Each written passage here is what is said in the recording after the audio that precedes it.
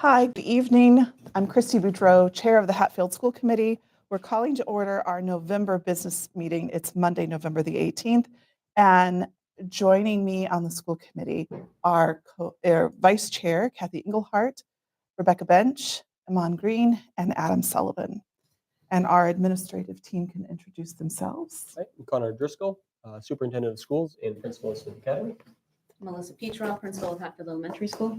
And John Salvardis, Interim Student Services Director. Thank you all. And welcome to those of you who are joining us. For tonight, is there anything that needs to come off of the consent agenda? Okay, so those minutes are approved. And as we get going into the fun stuff, does anyone have a mission moment that they'd like to share this month? I'll start.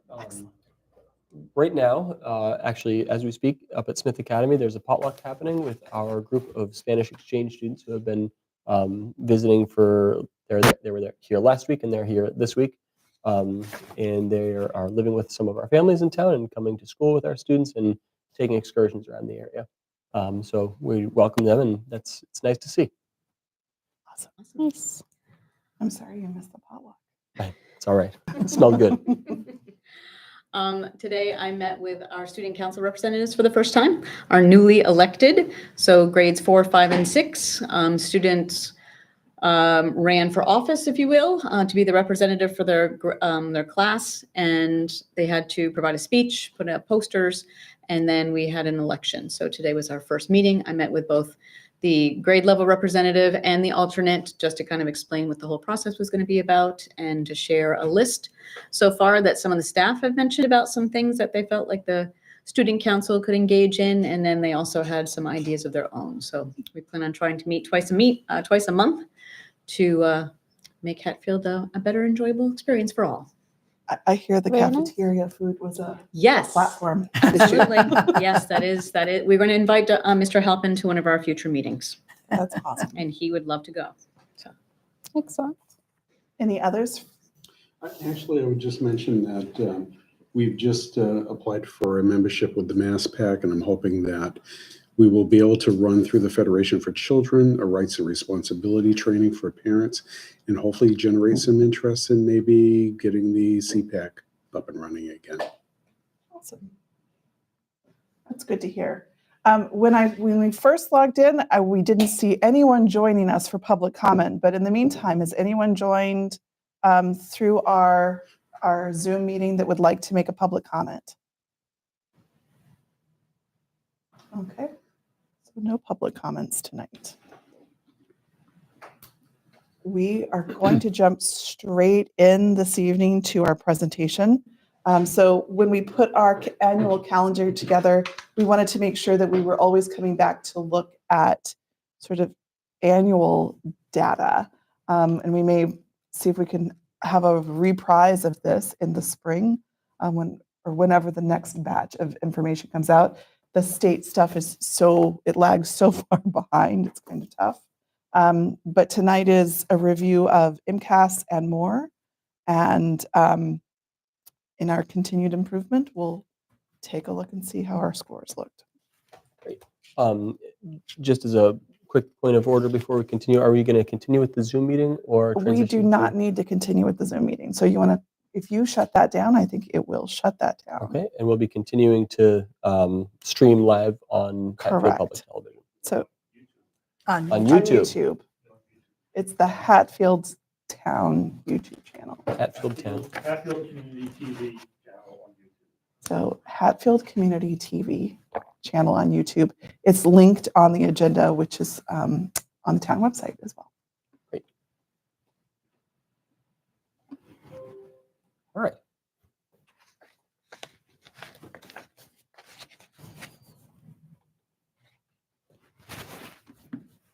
All right, so we're going to be presenting primarily MCAS as well as iReady data, but also looking at some DIBELS and DRA data to get kind of a holistic view of the data that supports our instruction. We collect data throughout the year. This is the more formal data that we collect in terms of formalized assessments. So we're going to start with MCAS. We're going to go just kind of down down in grades as well as through the different subject areas. So this was 2024's 10th grade ELA scores. On the left, you have Smith Academy, our 10th grade versus the state comparison on the right. So these are students who are now juniors? These are students who are now juniors. That's Okay. correct. Yep.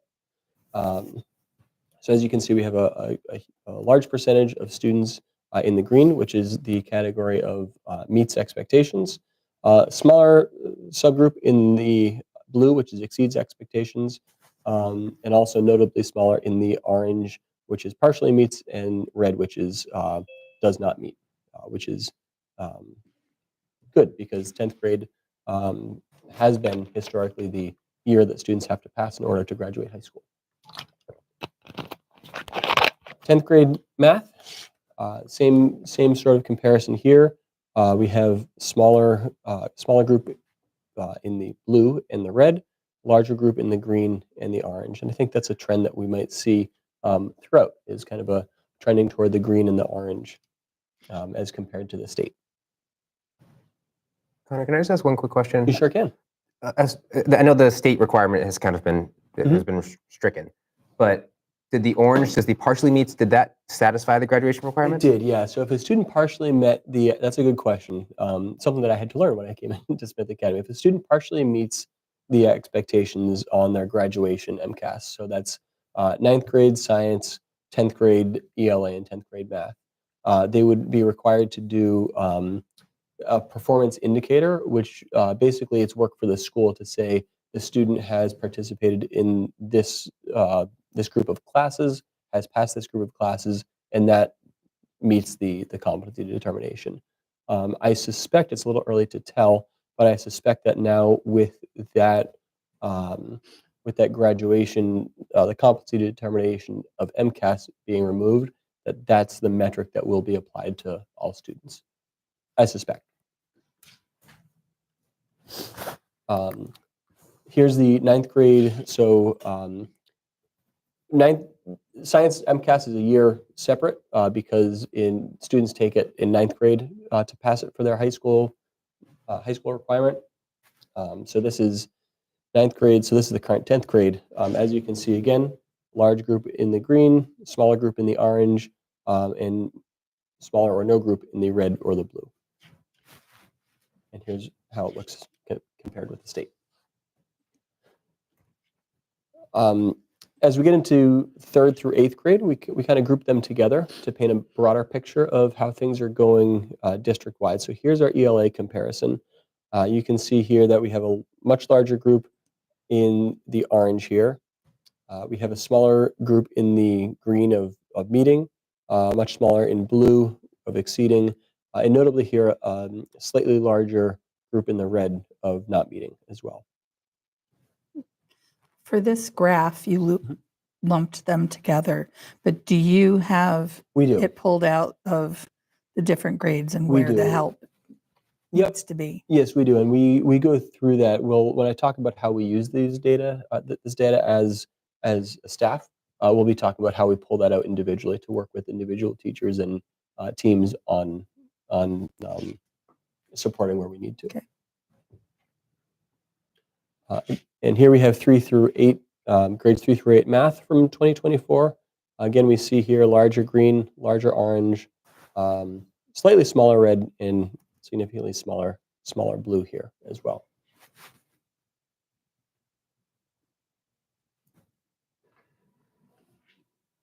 And here we have our science, technology, and engineering, 3 through 8. So students take this only in 5th and 8th grade. So this is really just, even though it says 3 through 8 broken out by the state, it's really just 5th grade and 8th grade.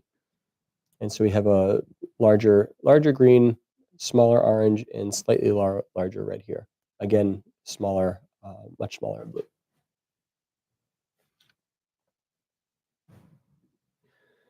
So one thing that we can use, it shouldn't necessarily be the way that the test is used, but when we take a look at other area districts and we see how we compare, we can use our MCAS as a kind of a benchmark to comparison, a way to compare. So Hatfield's on the left here. It's purple because we're purple. And as you look to the right, if scores are in green, it means that Hatfield's score in that category is higher than that spot in the comparison district. So, for example, if we look at Hadley 3 through 8, Hadley and Hatfield compared, Hadley is higher than Hatfield in that one, and so it's in the red.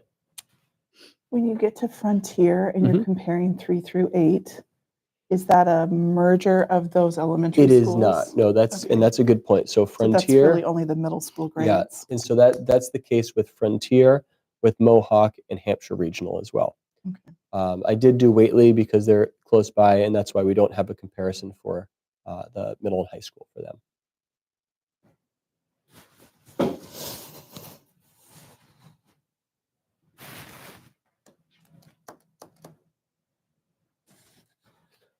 And so one of the things that you can also do with MCAS is you can look at how over the course of years how your data is looking. So this is a graph of MCAS growth since 2021, so post-pandemic growth in ELA MCAS in grades 3 through 8. So we have Hatfield in the blue here, and then we have Massachusetts, the state average, here in the red. So you can see we've sort of crossed there with this current year. So we're slightly below the state average, where historically we've been slightly above the state average. And when we look at math, we see sort of the opposite trend occurring. So historically we've been performing slightly below, and now again post-pandemic, and we start to see over the course of a few years reaching up towards that state average. And can you remind us when we changed the math curriculum? Again, I believe it was 2022. So we're now the general thinking around any new initiative, a big initiative or change like a curriculum change, is that it takes 3 to 5 years to sort of see those benefits come through as teachers and students become more comfortable with the new curriculum and the new methods. And so if we're looking at this data point here, we can start to see that we may be seeing the effect of that change.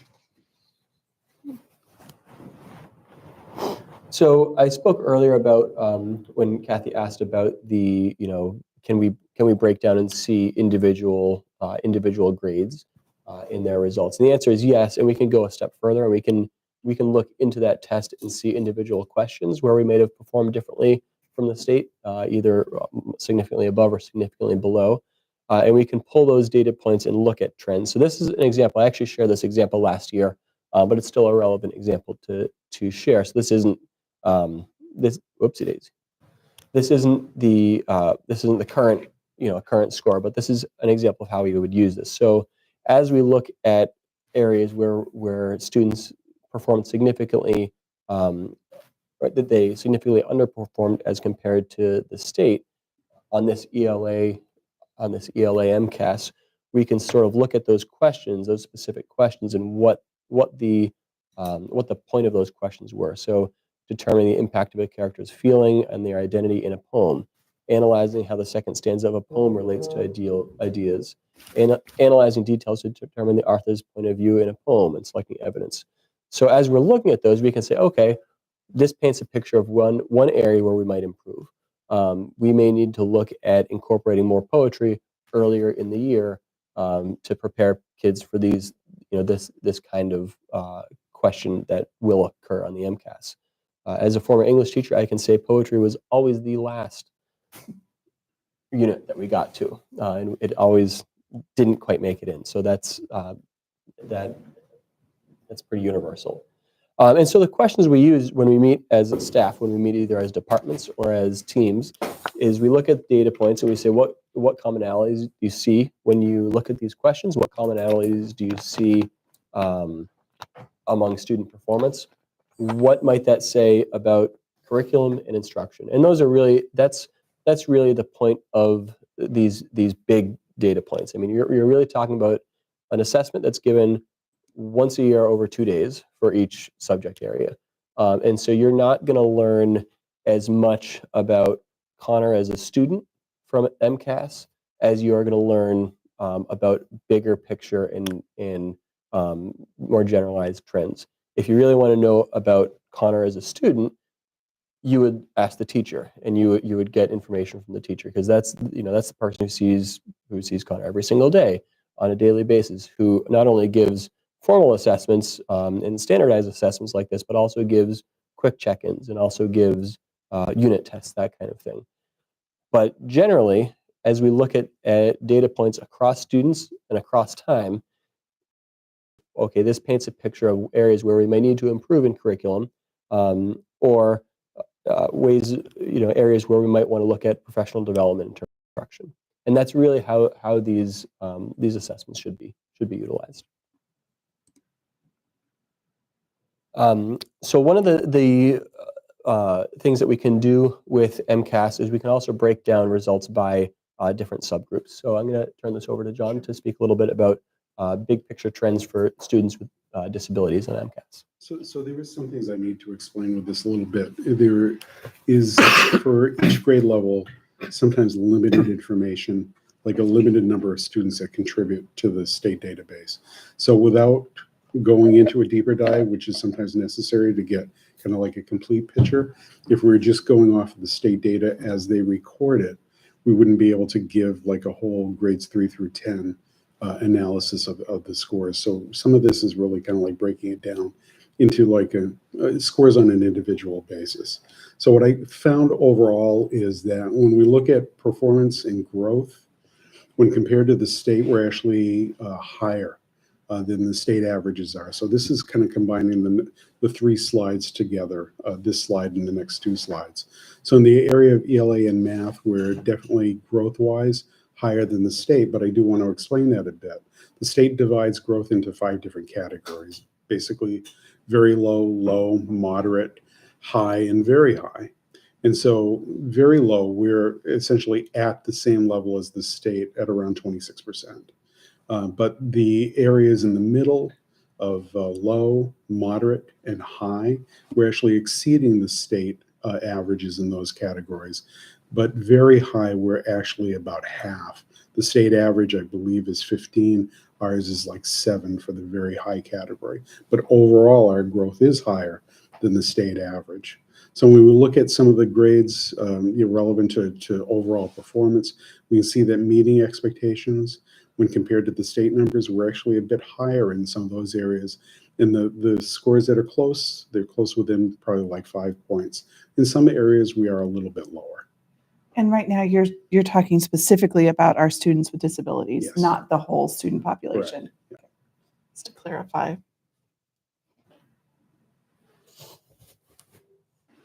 Next slide.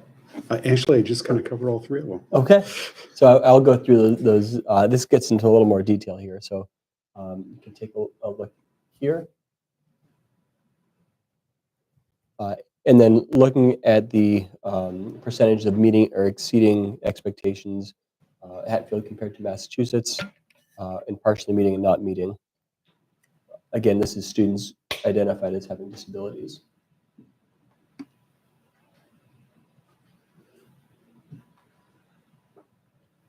And who's counted in that? Anyone with an IEP, or the 504 plans also? IEPs. It's just IEPs.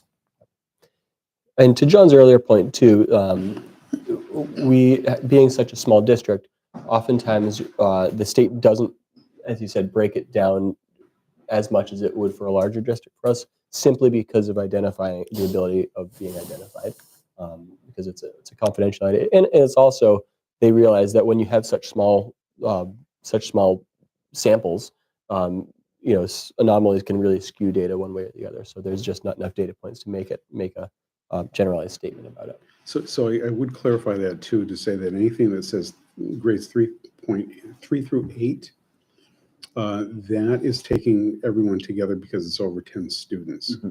But if you look at the individual grade data that the state breaks that down, there's some grades that they would not include in that because it's under 10 students that are actually included in that number.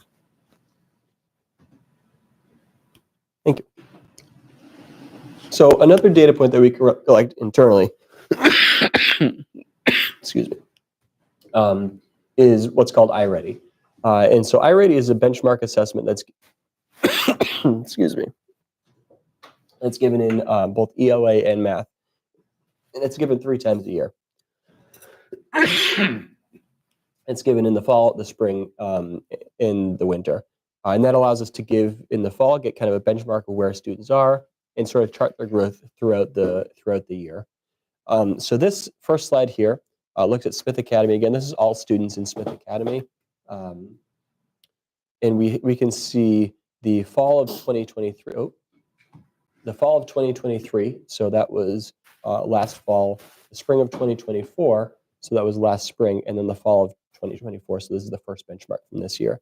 So as you can see, if you look at the fall of 2023 compared to the spring of 2024, you start to see as you should, a larger percentage of students exceeding either mid or above grade level at the end of the year, and a larger percentage as a total here too. And you start to see this shrinking down, the red shrinking.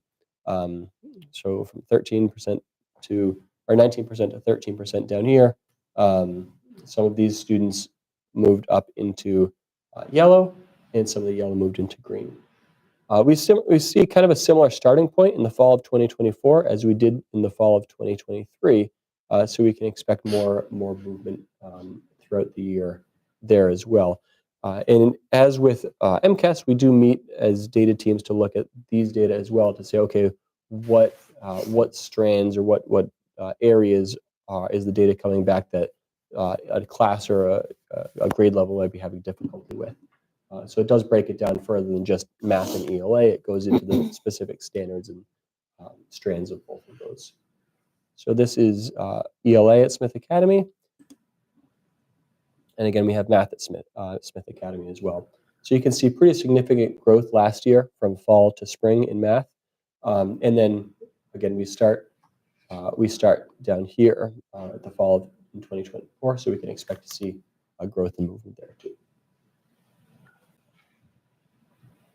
Are those 2 years really apples to apples in terms of same grades, taking the test, that kind of stuff? Almost. They're more similar than MCAS is because every grade up through 10th grade takes it. So we lose the students on either end. So at Smith Academy, we don't have the our current 7th grade is last year's 6th grade, so that would be. But it's still 7, 8, 9, 10. It is Okay. year to year. Yep. But again, the 10th grade last year does not take it this year as 11th graders. And that amount in the red in the fall of 24, do we consider that some regression from the summer or? I think so. Yeah, we do see regression over the summer, and that's a pretty common thing to see everywhere universally. Okay. Is some regression over the summer. It could also account for slightly different populations of students as they're taking the test. If you have different students again coming into the school and going out. So yeah, there's some variability there too. Okay. But generally we do see some. We call it's so common. There's a name for it called the summer slip. That we see. I guess the part I was looking at was fall to fall, Mm-hmm. where those were math, not so much of a change.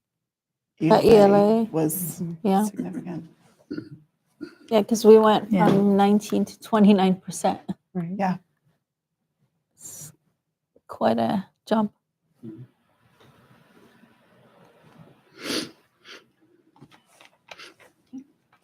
So last year, 6th grade wanted to pilot and used iReady exclusively for both ELA and for math. So on this particular slide, this is at the top, it's the fall for ELA, where again, you can see the green, not as big, the red, a much wider berth of students. And then come springtime, we have more students significantly in the green, that yellow band shrunk, and we also have less students there in the red. But remember, this is also just 19 students. And the next slide here is this particular year, our 4th grade through 6th also said they were very much interested in wanting to utilize the iReady. Sixth grade really enjoyed and was talking about how helpful it was for their planning because it really did break down specifically what students were ready for. Our special education teachers could also be looking at that and supporting students as well. So in this particular slide, this is the first year that we've done both, all 3 grades. So I'm pretty pleased with the overall, considering this is 81 students who completed this, that we already have 45 students who are at or above grade level combined, and that we only have 26 students or 11 students total that are in the red or significantly below. So I'm anxious to see what this data will look like in the spring. For math, the overall placement of the entire school, this again is K to 6. Last year, the top one was the fall. We started with only 17% in the green. We had a huge birth of students in the yellow, and then we had 17% in the red. Again, this is I think going into our 3rd year of utilizing the program. When we first started, we had a higher number of students in the red. A huge kudos to the math intervention team, because they have really been targeting those students in the red, and we have definitely shrunk that number of students who have been significantly below. And then in the spring, you can see the growth of students who were at or above grade level by spring in the green. And then we only had a total of 4 students that were significantly below grade level, with a total of 8% being below grade level in the whole school, which was a huge. Wow. Remind me the grades that take this. K to you said 6. K all the way K to Yep. 6. So in all of K to 6, we went from 8 students above grade level to 63. Yeah. These are opposite years though, right? So the top is this fall and the bottom is last spring? Yes. I'm confused. Okay. So the top Spring. one is the fall, and then the bottom is spring. So that's a year's worth of growth. So Got it. these are the kids that first started the school year, and then the kids who ended the school year. Wait, So was wait, it fall yeah. of 2023? It's gotta be Sorry, fall did of I put 23. yes, the date wrong. Sorry, good. yes. Okay. Sorry. That's a much better story though, because I was like, It's a better story. Because that's what I thought. This And is then what I happens when you unthought. do this really late at night and you start trying to. So it's Use the the fall snippet of tool. 23 and So the that spring is of the 24. fall of 20. Yes, This this is thank the you. same grade Let me- year with the same yes, kids correct. benchmarked. Okay, Yes. Yes. Sorry. awesome. We're Nope, so all glad to good. clarify that. Yes. Because we did go from 8 students to 63 students. That's above grade level. amazing. It's Amazing. That's Yes, great. amazing. Yes. Yes, so the growth is huge when you look at it and understand that this actually is, yes, fall data to spring, not 24 to 24, it's 23 to 24. So my apologies for that error. And this No, I'm includes happy to know. students with disabilities. Everybody. It's everybody. Everybody, yeah, we still expect, in fact, most of our students on IEPs are the ones who either make their typical or do their ambitious growth, because they're the ones who are incredibly motivated and to do their iReady minutes, and those gaps get filled in significantly. I mean, and the fact that we can utilize this program all summer long. So even in summer school, our teachers are still utilizing and asking kids to get on and do their iReady minutes. So it does pay off to make sure they're doing their 30 to 49 minutes a week. And that's Mhm. exactly what the program recommends. We definitely had kids who were exceeding that, but the program itself still said that's not really necessary. It's that sweet spot, that research that they have done has really shown that 30 to 49 minutes is really truly all that the student needs to be practicing each week. So Not included in your presentation, but do you have the fall 24 results on this? This is last year's that we're looking at, but do we know, I'm just curious, like what was the summer slip like? oh, gotcha. Yeah, I could have probably added that, but I wouldn't know how to put it on. Did I add that? No, I didn't. Yeah, I can definitely show that the next meeting Okay, or share that with y'all. thank you. Yeah. When we look at this, it's a far rosier story than when we look at the MCAS scores. Yes. Can you guys talk us through why the discrepancy between iReady, which looks like our kids are performing at or above grade level consistently, relative to the MCAS scores, where we're performing under the state? For math? Well, Or in general? even our math scores don't look as good as the iReady math scores. Is it that they are more familiar with iReady because they're doing minute? Like, what's the thinking? I know that, oh, go ahead. So the first year, at least, I can say that the pacing was quite off because when we first started our brand new math program, our teachers were feeling like, how do I start off and teach all of this, knowing that kids were hearing things for the first time that they weren't sure about, had never heard before, and they spent a lot of time trying to backfill information and concepts to make sure the kids were ready for what they were beginning to teach. Even though the program was like, stay the course, it's going to come back and be, come back around again. Teachers were like, but I just can't do it. They don't understand. How do I teach them this when they're really not familiar with it? So our pacing was quite off that first year, which is to be expected. And we continued to have conversations and talk about how to try to make sure that they were utilizing the curriculum in such a way that they could combine lessons if they were feeling like kids were starting to kind of caught up. So that second year, they trusted the process. They started when they were supposed to, and they started doing through the program as they needed to and went through it. That started to make a huge shift. As far as I guess part of it might have to be like looking at the questions and the way the questions are written on MCAS versus the questions that are written up for, the iReady. iReady doesn't usually have there are 4 parts to this one question, where MCAS will break things apart and there's multiple answers to a question. That might be something that we could begin looking at. But I definitely know that one of the things that teachers are saying loud and clear is I really do like and appreciate the fact that we have a program and everybody's doing it and the language is the same, the process is the same. So when kids move on to the next grade, they understand what the whole process is going to look like for math, where they're not having that same experience in ELA. And I think that's why our scores are looking the way they are, is we don't have an ELA program and our teachers are definitely saying we would benefit from one. Yeah. Two things I'll add to that too. The first is to what you said before, familiarity. Students, we have the iReady math curriculum. That's the curriculum that we use.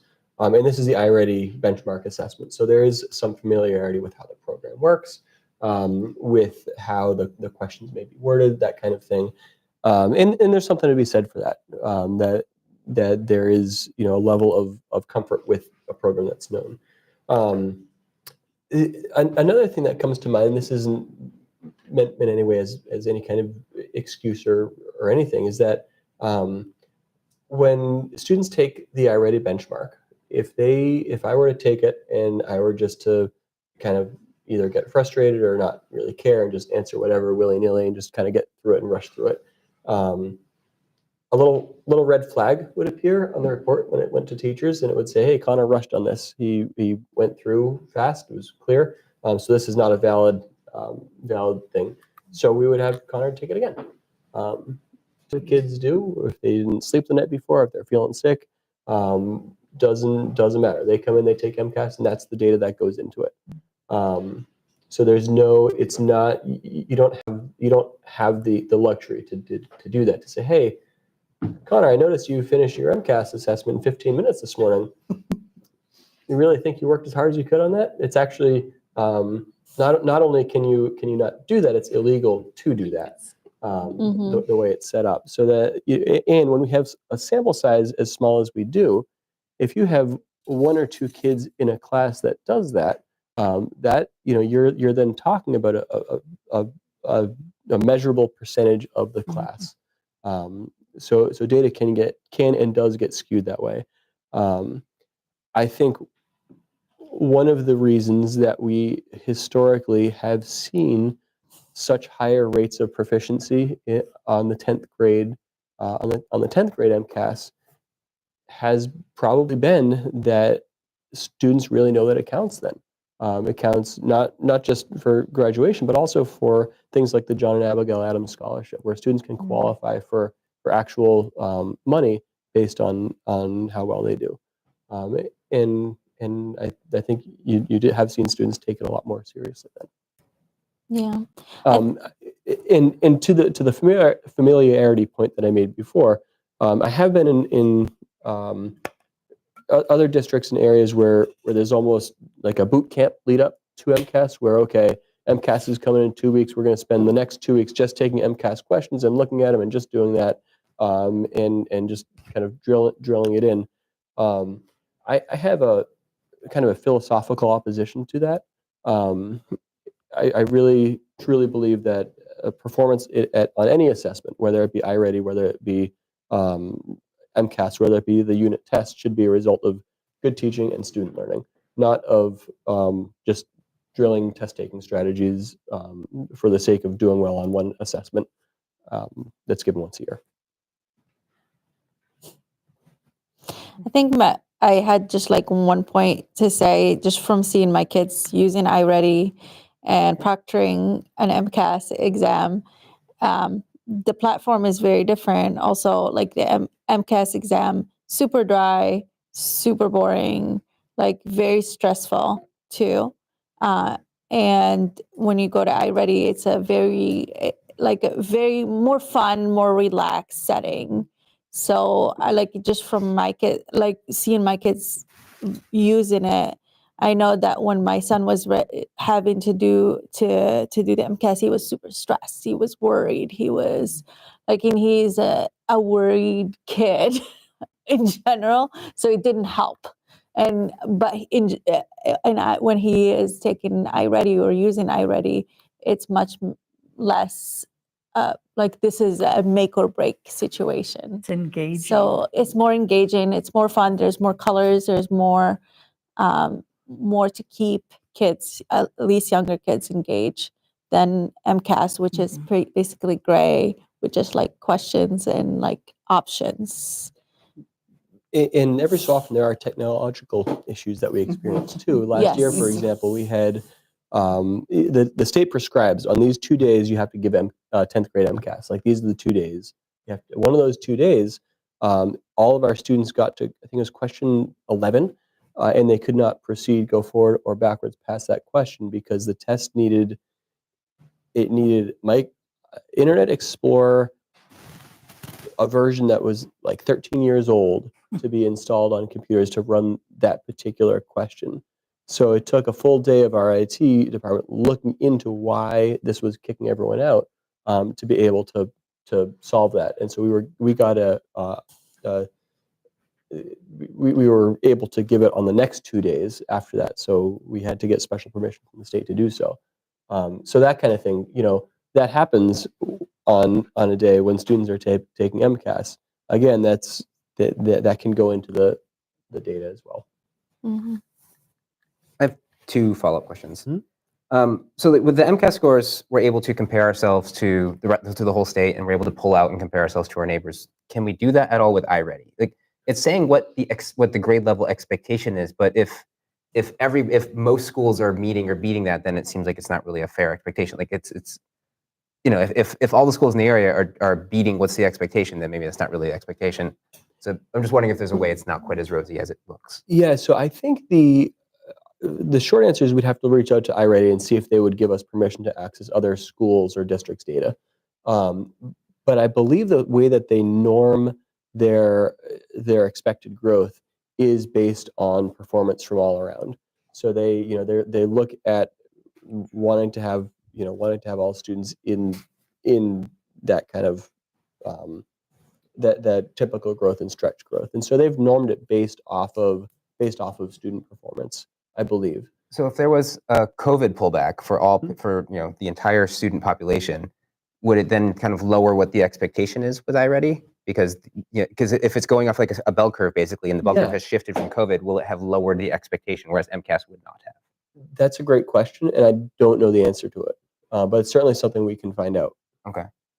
And then, do iReady's expectations for what is a grade level match MCAS? So like what iReady is expected in 3rd grade, does that match MCAS 3rd grade math? And so they do. The strands and standards do align. Okay. Yep. So the MCAS standards, the MCAS assessment is based off the Massachusetts state standards. iReady has based theirs off of it as well. There's a lot of carryover between Common Core and Massachusetts state standards. iReady is more aligned to Common Core, but for the Massachusetts schools, they have incorporated that. Any differences that are in there? Okay. So one of the challenges we were just looking at all the iReady stuff, when families go looking to compare schools when they may think about school choice, the only data that's available to them is MCAS, Mhm. unless, of course, we choose to publish something else on our website. Is there a pro con sort of thought whether we would want to have some of these spring or fall to spring shifts available to families who were thinking about Hatfield schools? I think so, and we could reach out to the folks at iRated to see if they, if we are able to compare beyond just our district, we could certainly look at that. And what I really like about this is it shows the amount of growth in from September to June of 1 year. So you're not comparing March to March where you have a little bit of growth, summertime, then more growth, then in the winter. So I think that's a great idea, and I think. I think this slide here speaks for itself when you have that, that amount of green and Mm. growing green and shrinking red. Mm-hmm.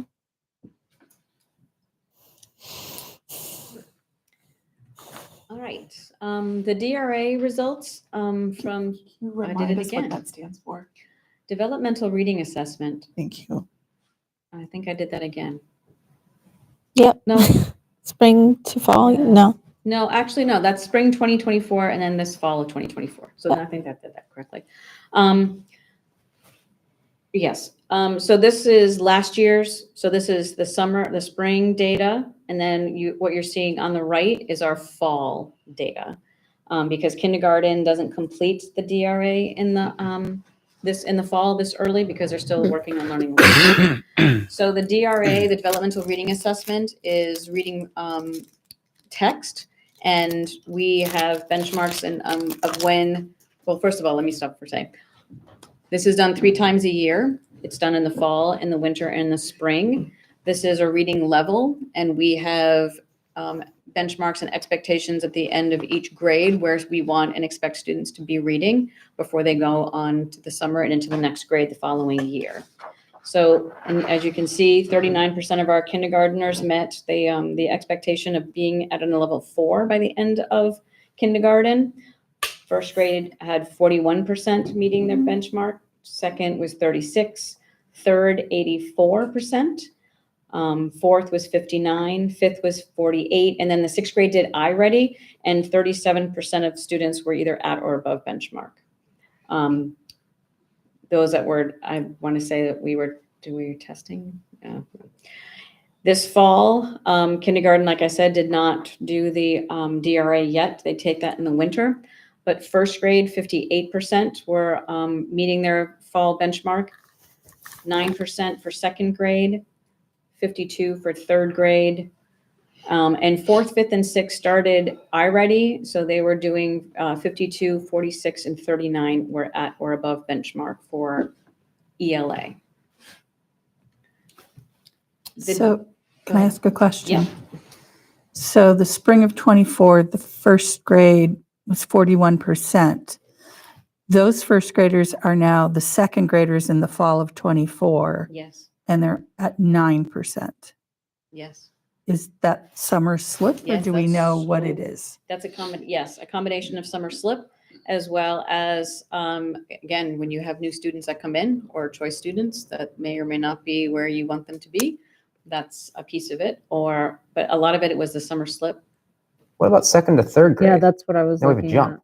at. Went way up. right? That's again, so that's an anomaly as far as trying to understand why only 36% of our students, again, I didn't look to see how many of those students were the same ones that came in.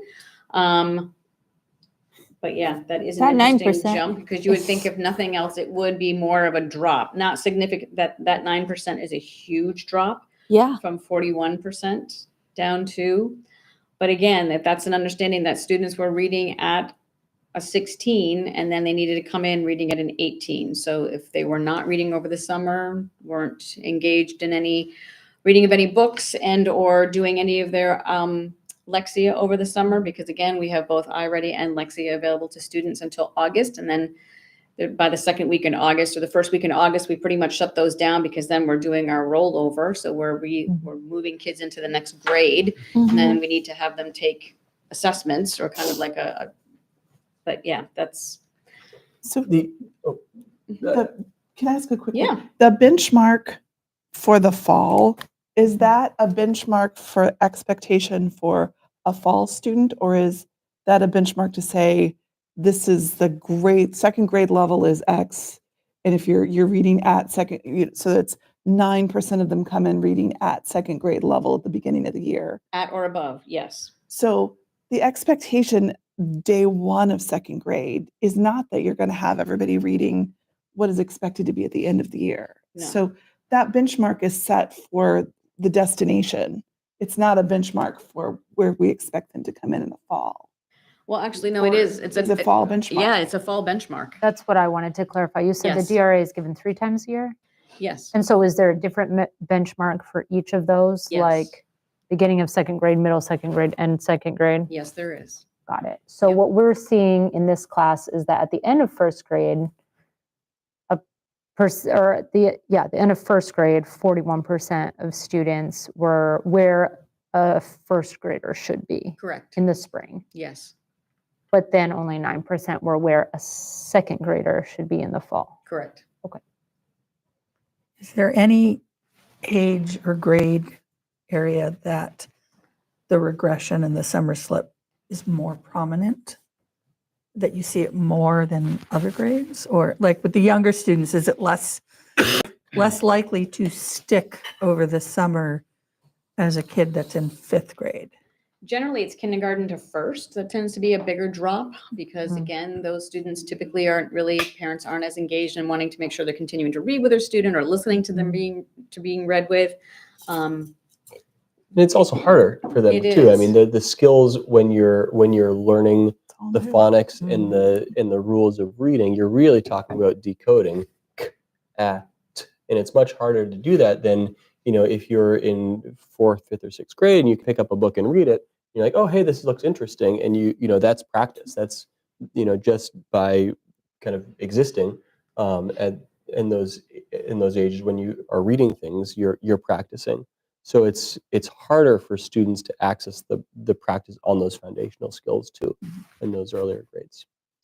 I mean, actually, that data actually does show this because in the upper grades, that dip is not as significant as it is typically in the younger grades. How comparable are DRA and iReady benchmarks? Well, it's a reading assessment, and it's one in which the students aren't on a computer. This really is a teacher listening to a student read and asking them questions.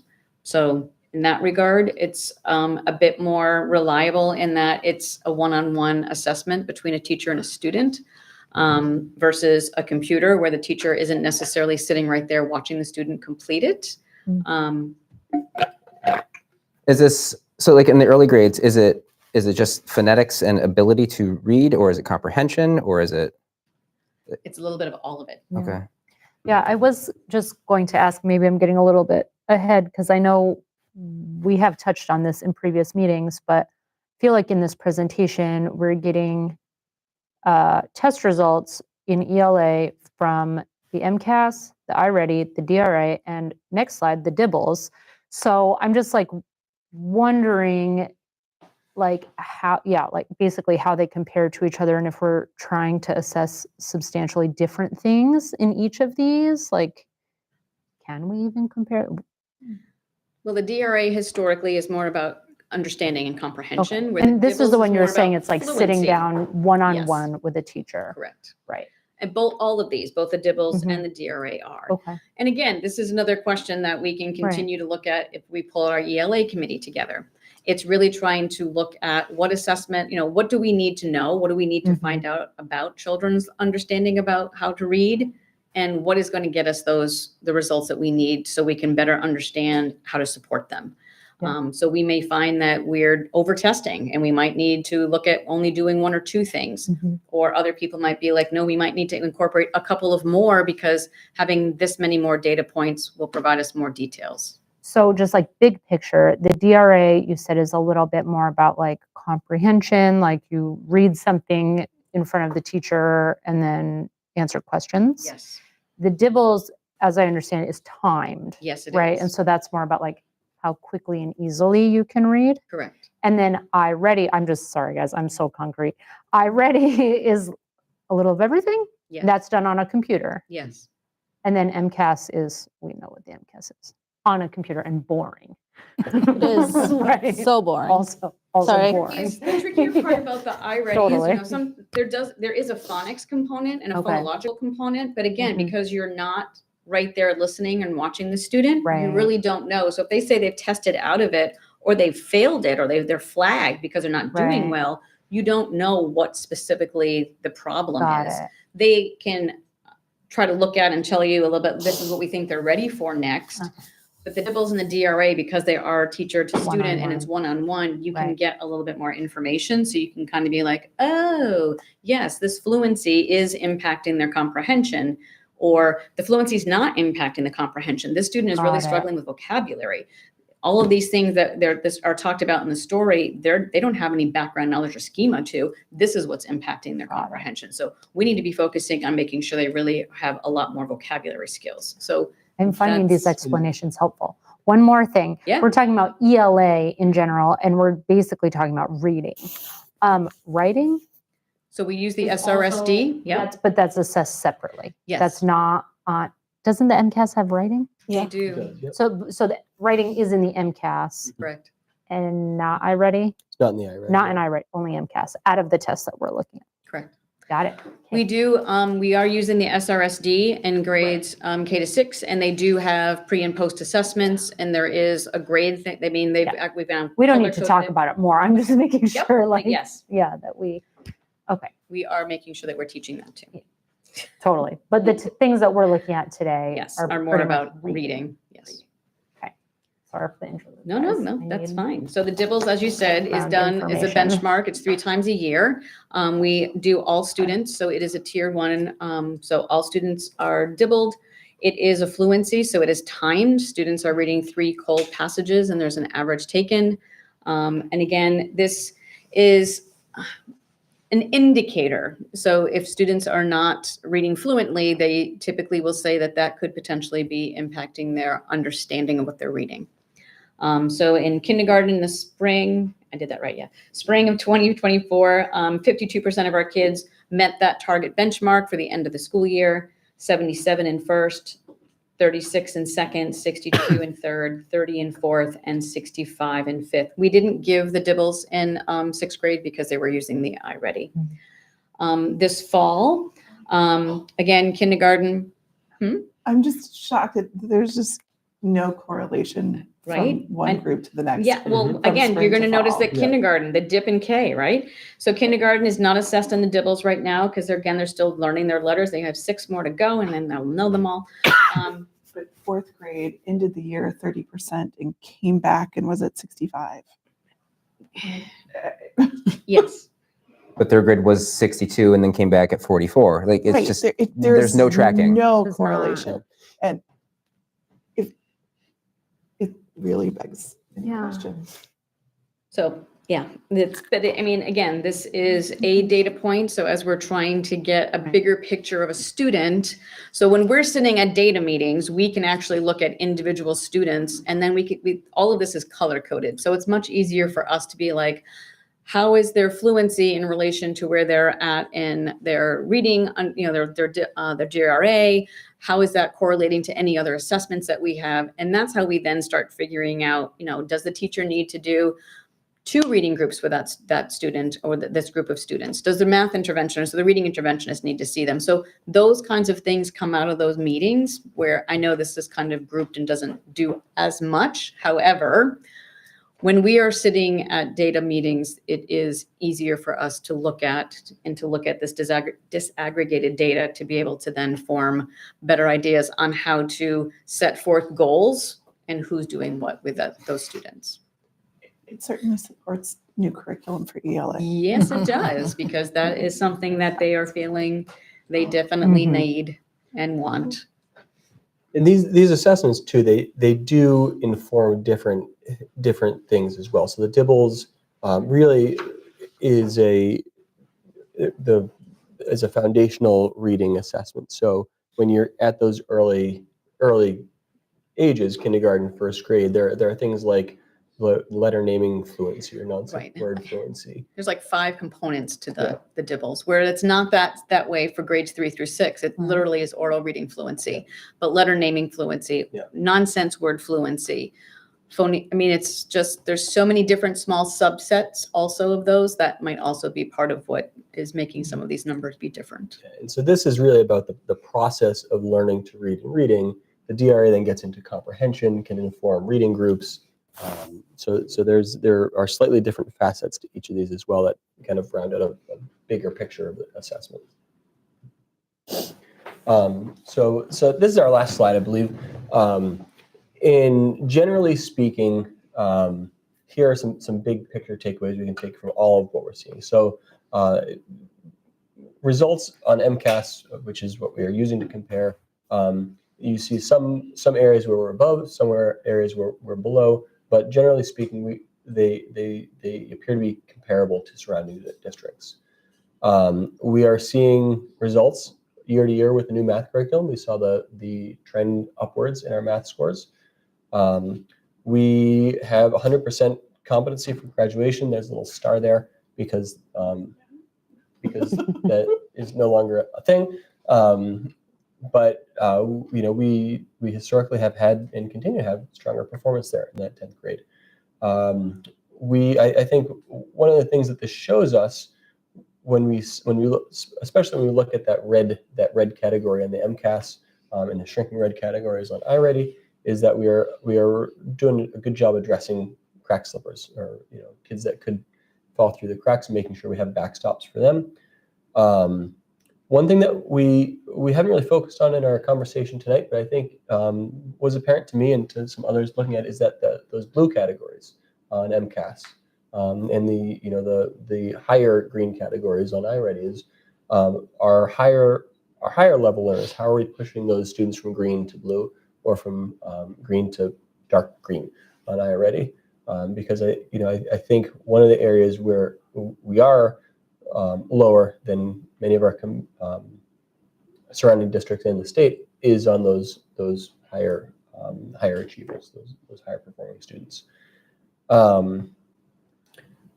Our internal proficiency scores, across the board, iReady, DIBELS, DRA, they show that students are moving. We can see growth scores throughout the year for individual students as well as for whole groups from fall to spring. And then I think the thing that we've seen that's come up in conversations with teachers, as well as that we saw here tonight, is the questions that are around ELA. We've seen the results of a new math curriculum a few years ago that has been phased in over time. And I think we do need to ask the question about our ELA curriculum, and if there is a product or a curriculum that exists that could better serve our needs. And I think maybe with the move of the 6th grade to the middle school, the timing could be right for that as well, to look at that question.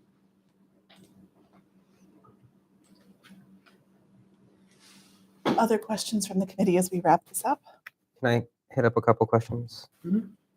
How many days per year do we are the students just focused on standardized testing? It's a good 4. question. Sorry, 4 for grades 4, 3, 4, and 6. 6 days for grade 5 because they have to do 2 days of science. So it's 2 days of ELA, 2 days of math, 2 days of science. For That's grade 5 MCAS only. testing. Yep. Mhm. But And we then do the entire school the same 2 days. and what about like iReady and DIBELS assessments? How much of a school day or of days do those take up? I would say about the same. 2 days for each, because they are also not timed. They historically say it takes anywhere from 45 minutes to an hour to administer, but teachers have been finding that it takes longer than that. So they typically give kids 2 days to complete of diagnostics. So if we're doing that 3 times a year, that's generally about 6 days out of the year for both ELA, and then for grades 4, 5, and 6 this year, that'll be 6 days also for the math as well. Is it worth it to give up that much school time to get the assessment? I'm asking as a completely naive person. This Yeah, it's not, it's just, it would be basically the teacher giving up their math block that day. It's not like we just stop all teaching whatsoever and nothing else is happening, except for that assessment. MCAS, even when, well, that's a bit of a different story, but yeah, I mean, I think the data that they get, the teachers are getting from that is definitely helpful. So it's not 6 days, it's 6 6 hours. hours. 6 hours, Okay. at least for the iReady implementation, or the trying to get the information there. MCAS, they say that average is 2 hours for each session, roughly. It is an untimed assessment, so we do have some students that will take upwards of 4 hours to complete. And we just move them into a separate location with a proctor to finish. But most students do complete it within that 2-hour time frame. And generally, most schools, at least to whom we compare, would use the same kind of testing soup, right? Most schools are using DRA and DIBELS and MCAS, and we're not doing more than others are. Yeah, or something like that. Yeah. We're actually required now to have something similar to the DIBELS as a screener for dyslexia as well. So that's a requirement from the state. Most of the districts, all of the districts that I've been part of, have some kind of internal. There was a time where they called them district determined measures, but they have an internal kind of assessment protocol as well.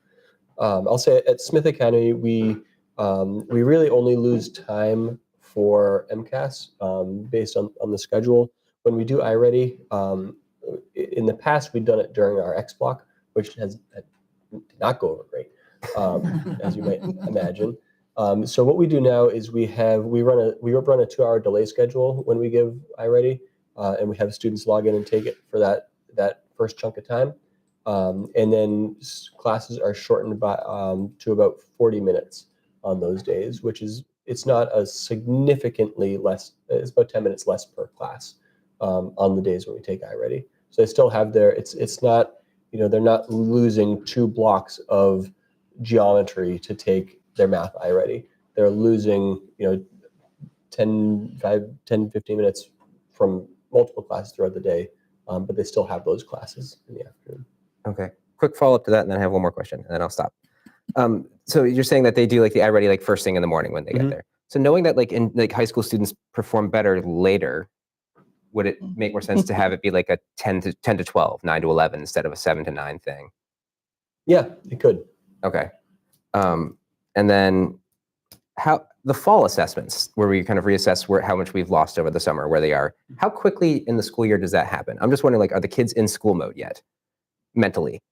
Or is it the first week or second week of school and they're still on summer brain? We try to do it pretty quickly. I think we did it the 3rd week of school this fall. We try to do it pretty quickly to get to really get a snapshot of where students are beginning in the year, because even if it's early in the year and they may not be back into the swing of things fully with school, that's where they are, that's where they're coming into the school year as learners. So they may they may recover from the summer slip relatively quickly, but that's where they are coming into the school year. Okay, that's fair. So we give them a little bit of time, but we don't, we also realize there's a lot going on at the beginning of the year, and it seems like a good time to do that as part of everything else that's going on as well. We do the same. We give them about 2 weeks, and then by that 3rd week, we're starting assessments. Okay. I think that's important too, because it will give their teachers an idea of where they need to. That's the other piece, is intervene, that data should yeah. inform instruction. Right. And the quicker you can have workable data, the quicker you can design instruction around it.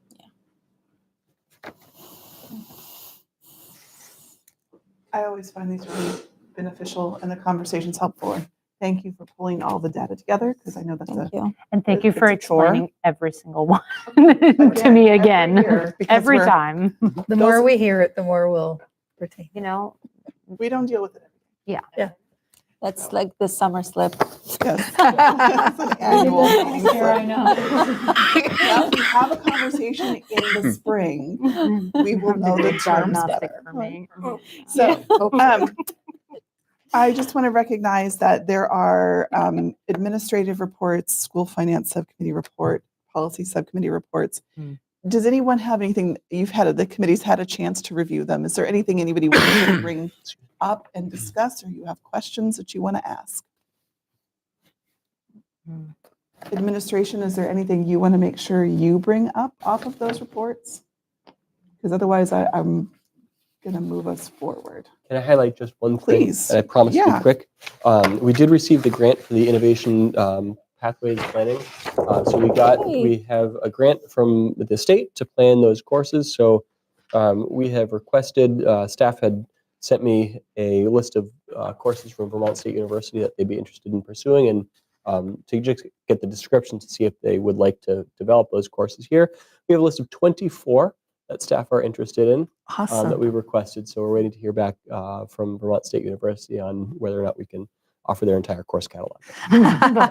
But yeah, so we're excited about that, and there seems to be a lot of buzz and excitement among staff about it. That's That's wonderful. Great. That's wonderful. Best updates. Can you, again, the timeline Yeah, so for we're both of these innovation pathways and the yeah, Vermont State so and classes? they're linked together. So Yeah. part of the innovation pathway grant is developing these courses to align with the adventure leadership program.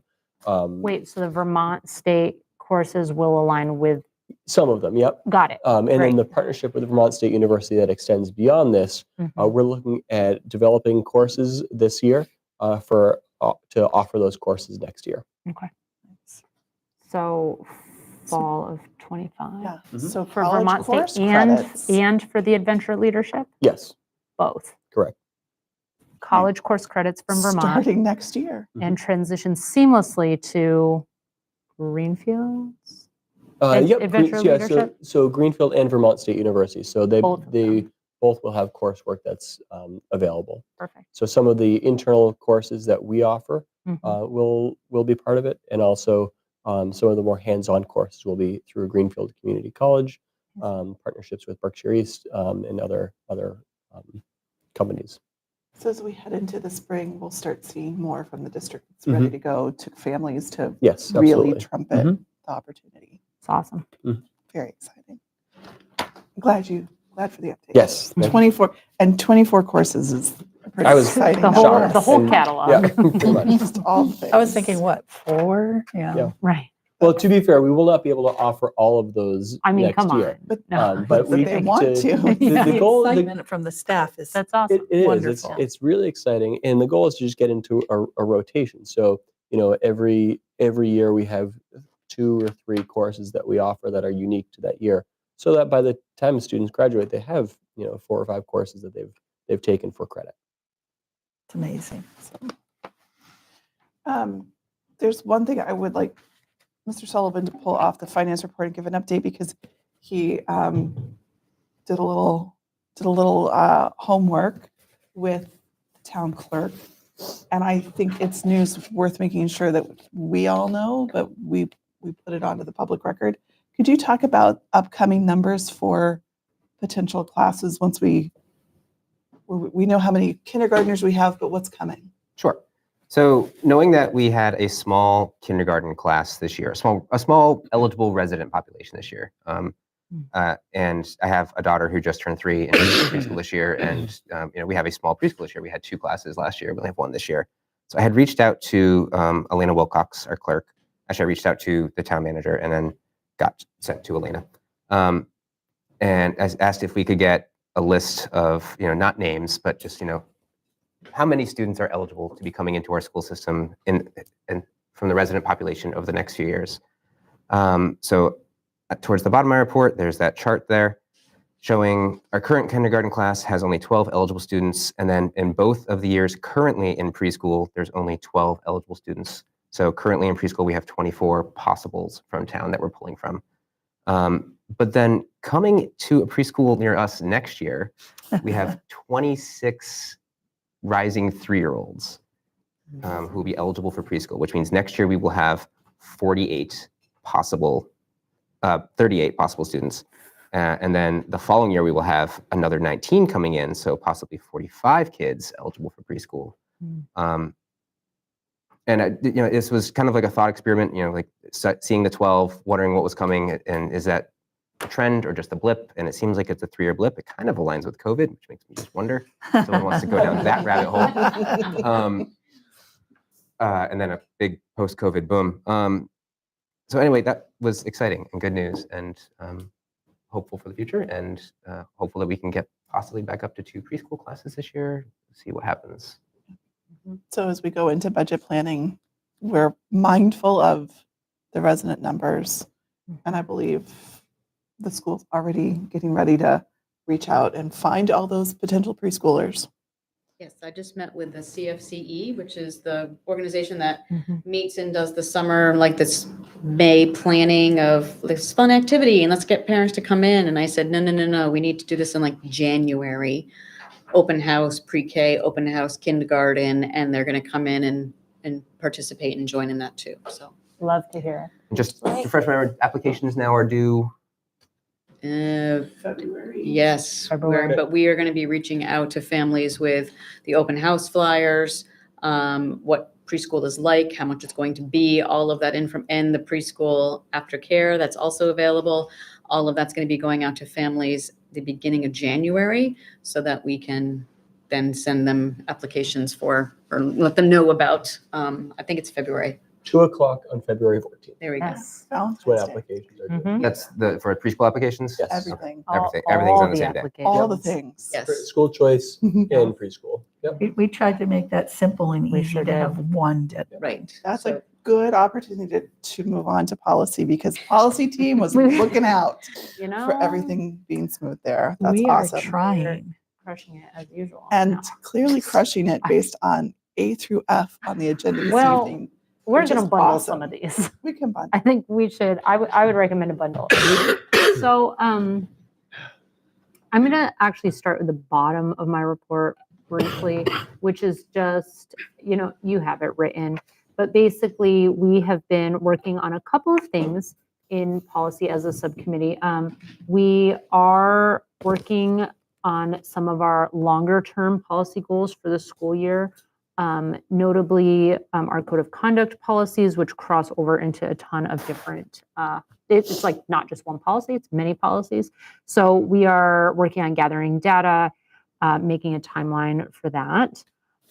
We also reviewed the policy manual to consider policies that may need to be updated with the 6th grade moving to Smith Academy.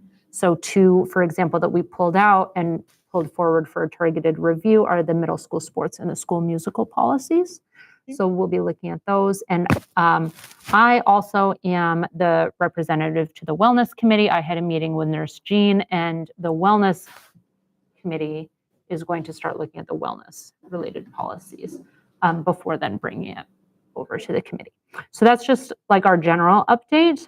In terms of the policies we're presenting for vote today, I'd like to take them in I would suggest taking them in 2 chunks. So the first one is policy IKF, the graduation requirements. This is the second reading of that policy. To be honest, we did not make changes. We changed the date at the bottom. I don't think But we've changed. had conversations have, on yeah. this a I few did not times make now. changes since our last meeting. So at our last meeting, there was not feedback from the committee that would indicate changes. Right. Has anyone heard from? I have only heard community? positive things from the community about the community service Yes. aspect, Lots Yeah. of positive things about that. including people asking me if they can start yet. I don't know, anyone else? We're happy to take any discussion. It looked good last time we looked through it. Is there a motion to approve IKF? So moved. I'll second. Any further discussion? All in favor of approving IKF graduation requirements as presented? Say aye. Aye. Any opposed? Great. 5-0. Thank you, committee, for updating that. Yeah. And I think that's a testament to our school to get Yeah. all that in. I think it's going to be great. Just as a quick point of order for anyone who's joining us, those will take effect starting next year. Yes, thank you. The next group of policies are ones that we are reviewing just on the basis of time frame. Nothing else really brought them forward, but every so many years, the policy subcommittee tries to review all policies. So we have policy AA, the school district legal status, which we reviewed and cross-checked. So when I mean we cross-check these policies, we look at the MASC template policies, we look at the references and make sure that they're all updated. We cross-check against any of our other internal policy as needed. So out of these 5 other policies that we are recommending to read and vote on, we made essentially no edits to any of them, with the exception of ADDA, which is background checks. It is a very long legal policy. It is consistent with the template policies that we have. We, again, double-checked the references, and we did make some style updates to that one to change pronouns, just to make it more inclusive. I am happy to discuss any of these, but I don't really have much else to say about them. On ADDA, Yes. there's a spot where I agree with Google's suggested autocorrect. Oh, wait. Well, let me pull it. I don't know what page I'm. What page? This one is so long. I know. I'm on page 4, kind of in the middle, where it says they solicits. Yeah, I had I'm trying to see. one thing in there. Where? Yeah. Oh, yeah. Yeah. Thank you. Hold on. I shall change right now. Good catch. There was one place I didn't change the pronouns because it was a quote from like a legal document. Fix that one. Any other thoughts or comments? I think they threw that in just to see if we read along. I mean, actually, yes. No, I'm just Like the- kidding. Definitely, I did not. The writers for the bands who want the M&Ms picked out. Ah. Whatever. Right, totally. In policy AE, did you just delete a bunch of blank bullets? Oh, Just yeah. spaced. Yeah. All the formatting was It was- so Okay. bad. Yeah. I didn't change a lot of formatting on these. Would anyone like to make a motion to approve these as they are currently amended, since that just got updated? So AA, AB, ADC, ADDA, and AE. I'll make the motion. Second. Is there any further conversation?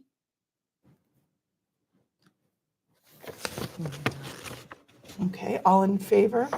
Any opposed? Thank you, policy team. Thank you all. Diligence. Thank you. Like, More to that's a come. really short vote for, I know it is a lot of like double checking work. I mean, And we appreciate it was a little the work. tedious, Did you but want to we are talk here about for the you. code of conduct at all, or? I mean, I don't Just that have we're much starting it. more of an Yeah. update about the code of conduct, except we've like gone through, made a list of policies that need review. We started looking at the MASC template policies. We requested a bunch of data from Dr. Driscoll, and just started sort of formulating our approach. This is going to be several Yeah, like months the of. goal for this is to finish it this school year. If I can just add Yeah. something because it relates Please. to policy. The collaborative is hosting learning sessions for administrators about AI. And they're offering these courses for 3 hours at a time. And when the administrator leaves, they should have a draft policy regarding AI. Great. So being proactive and thinking about that I will be there. on coming in Friday. the future. Awesome. Cool.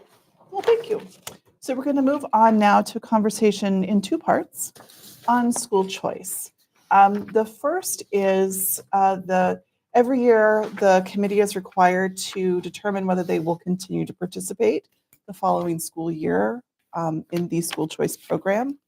And so tonight we have a vote scheduled for whether we're going to participate next year. I believe the requirement is that it will be at least 1 seat in every grade that we open. We do not need to choose tonight how many seats per grade. We're just deciding whether we're going to open it or not open it. And if there was any grade that we would not open, we would we would want to designate that. If the committee feels like they're ready to make the decision on how many seats, we certainly can do that. But we might have new news later in the school year on that. It's just a matter of we sort of have these votes timed out over the calendar year, and I want to make sure we're staying on track. So that is the first piece of our school choice conversation, and administration has provided us some information on the current class size, their current recommendation, the total class size, and we have a little look of like how many school choice kids that group currently has, how many locals. So, And there aren't any grades that you do not recommend. No. Dr. Driscoll.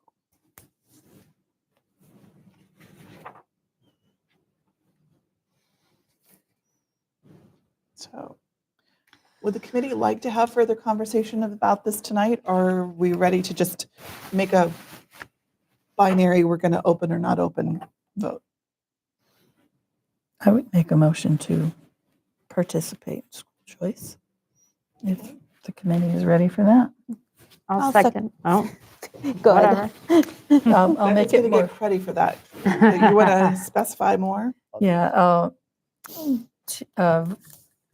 a motion to participate in the school choice program for the 25-26 school year with at least one spot in each grade level. Okay.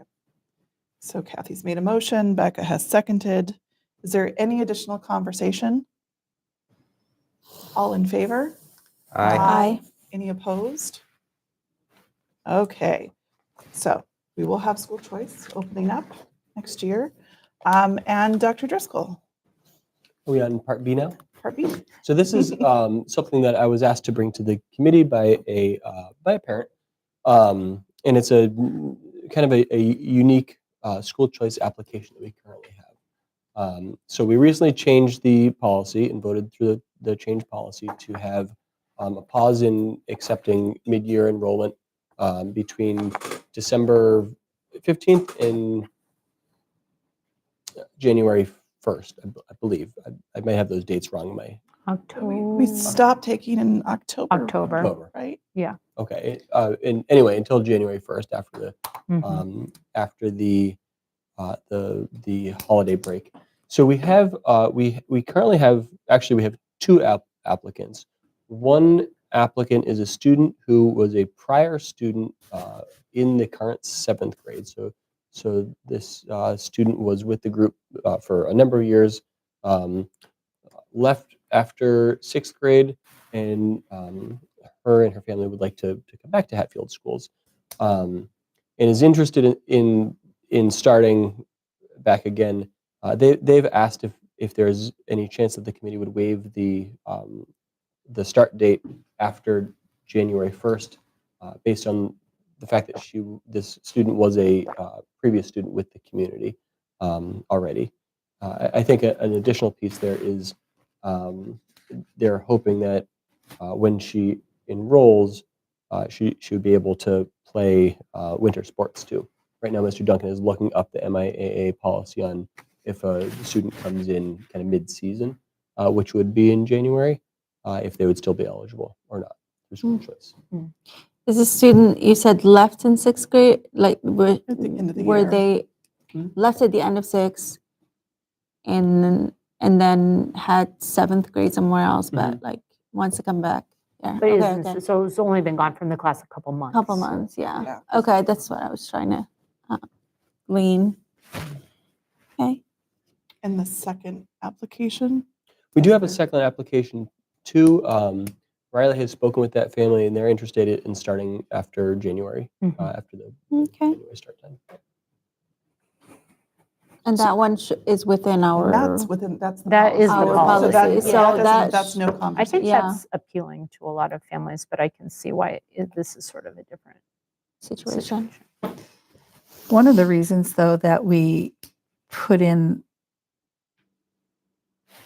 that second entrance time was feedback from teachers, Right.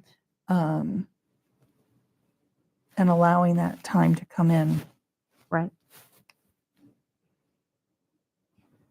I mean, I understand that this student is familiar with the classmates, but they're not necessarily familiar with Smith Academy Right. and how Smith Academy schedule operates. And so there is that learning curve there. It's not like they left at the end of 5th grade and now are coming back into 6th grade.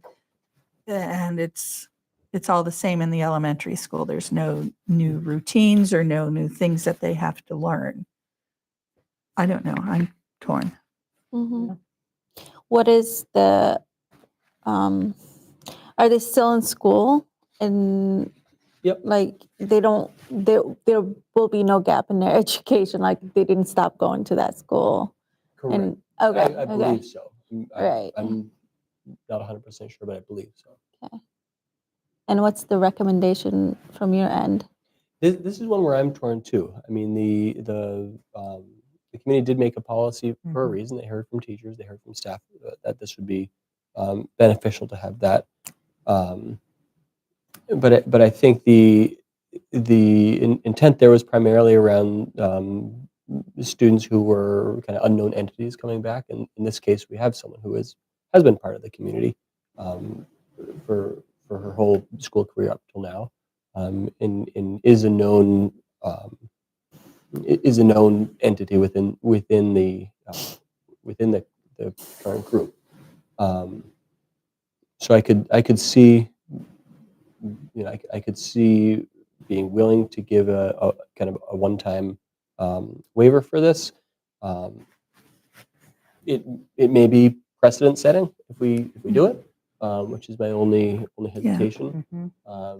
Especially when another applicant is Right. right there as well. One of the things we did talk about was the idea of if kids started at the same, to have like a cohort that started together. Right. I'm kind of bummed that the other new student might not start at the same, like to have that sort of. I mean, it's only a month. The other new student is also a Smith Academy. The other choice application is same also grade. Smith Same Academy. grade. Same grade. Same. grade. Oh, well. Well, yeah. I hate to say this, but I'm wondering if the request for the waiver has to do around joining the team, joining athletics, if that is an issue or not. That's a really interesting Right. wrinkle to me too, because if by not having the waiver we exclude the student's participation in something Right. like that's, Yeah, that's where I'm. and we don't know. And I don't know that it would be an exclusion. Okay. If somebody moved into town, wouldn't they be able to just join the team? Right. I think so, within a certain time frame of them moving in. But is school of choice different in that? I'm not saying that this is the case here, but if in one district they have so many students, they don't make the team, and so they apply in another district where they know they need players or they will make a team. Or they get recruited from one district to another. Yes, on under the table. under the or- table, right. Yeah.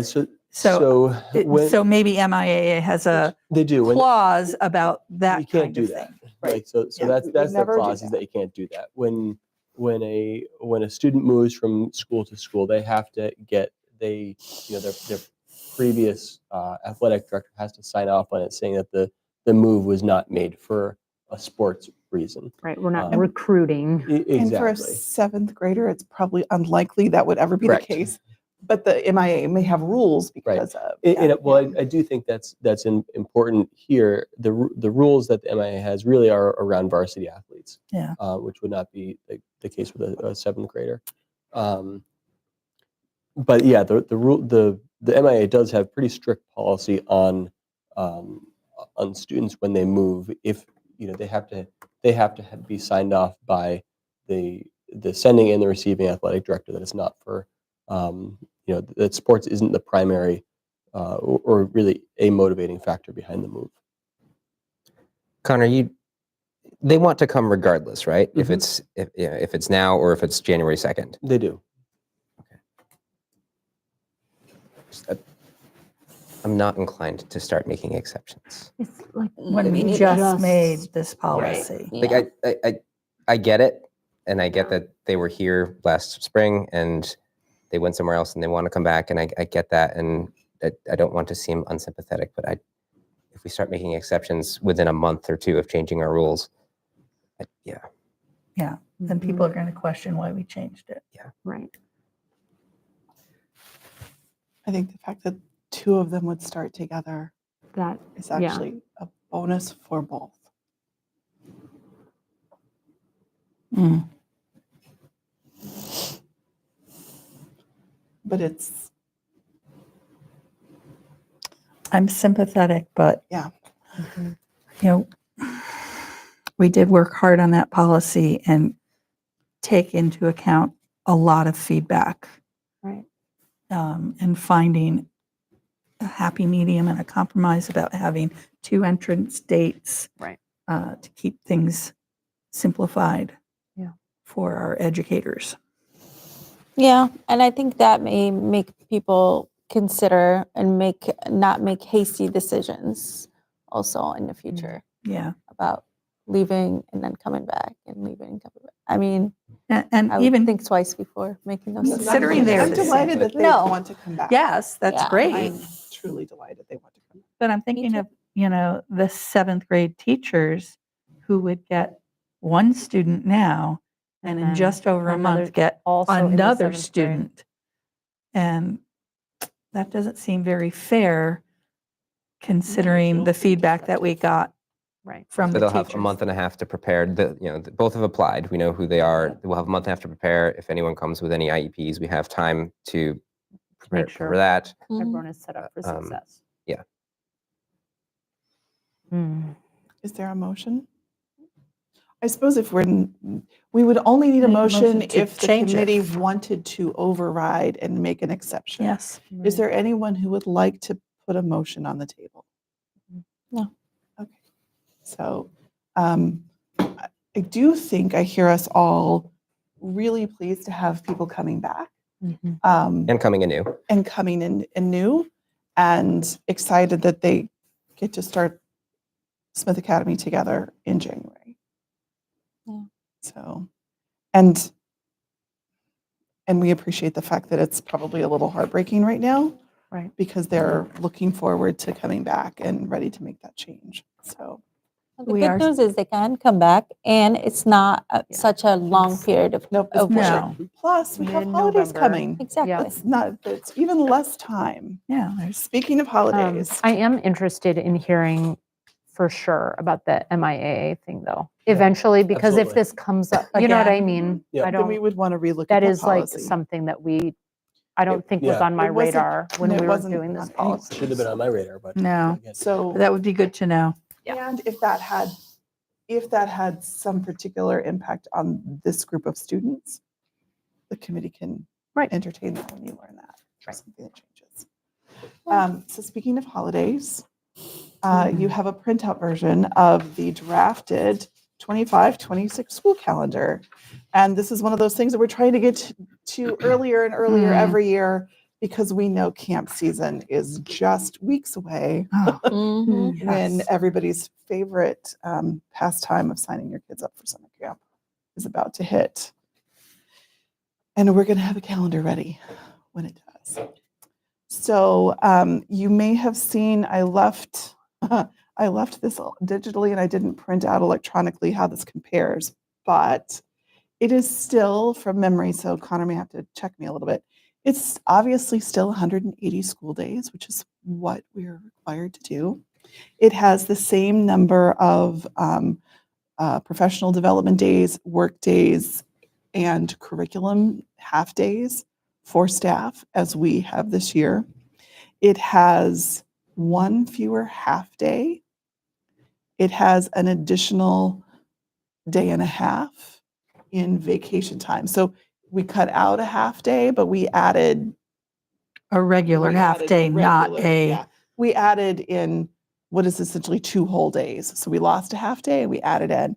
And the reason for that is that when you look to see where the holiday days fell, New Year's Day fell on a Thursday.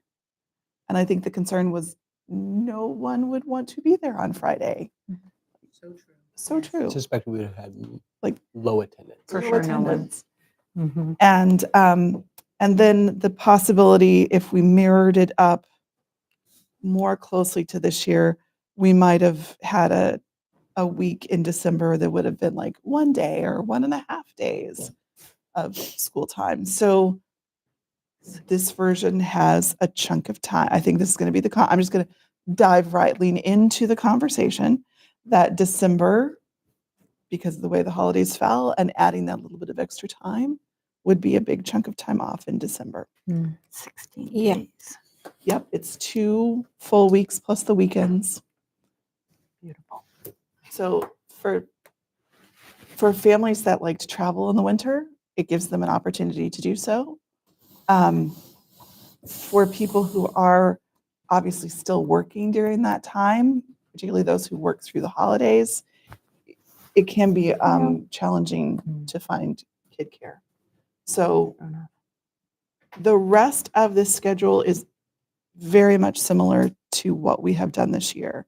So curriculum days that happen are like half day Fridays.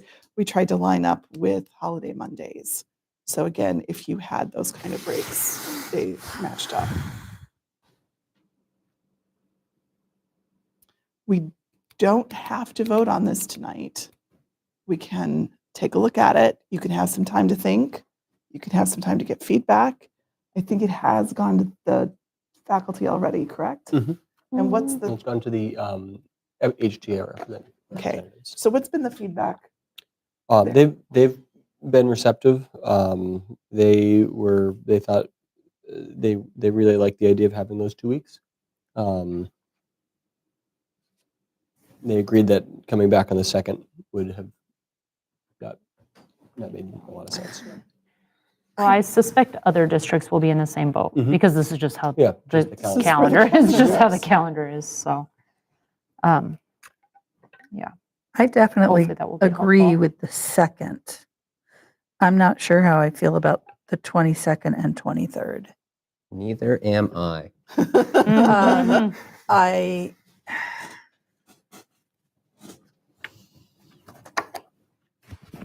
I personally feel it's a little much. I And just, I would be comfortable seeing Monday a whole day and Tuesday a half day. I'll note that it still says on the side, December 23rd, early release pre-K through 12. Yes, I looked at that too. so, Okay. so that's the typo, not the one below it. Sorry. In the past, I don't know if Dr. Driscoll, if you were here the last time something like this came up, when we had a Christmas Eve or something on a Wednesday, creating this day and a half blip, what was the practice? That would have been like 5 years ago or 6 years ago. I can't recall. I can mean- tell you, we had Christmas Eve off, but the day before was a half a day.